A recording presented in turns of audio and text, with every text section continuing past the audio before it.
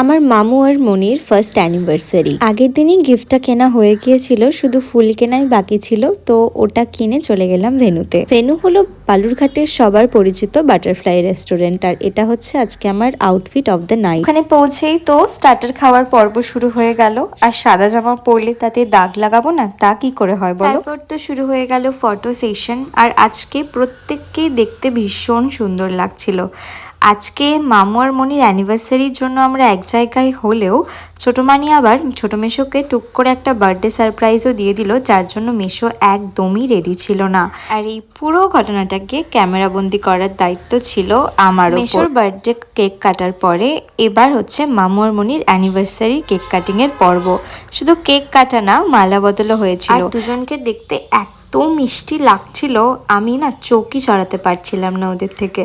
যাই হোক, তারপরে তো আমরা কেক খেলাম। তারপরে আসলো ডিনারের পর্ব। যারা বাটারফ্লাই থালি খেয়েছো তারা তো জানোই যে কতটা টেস্টি হয়।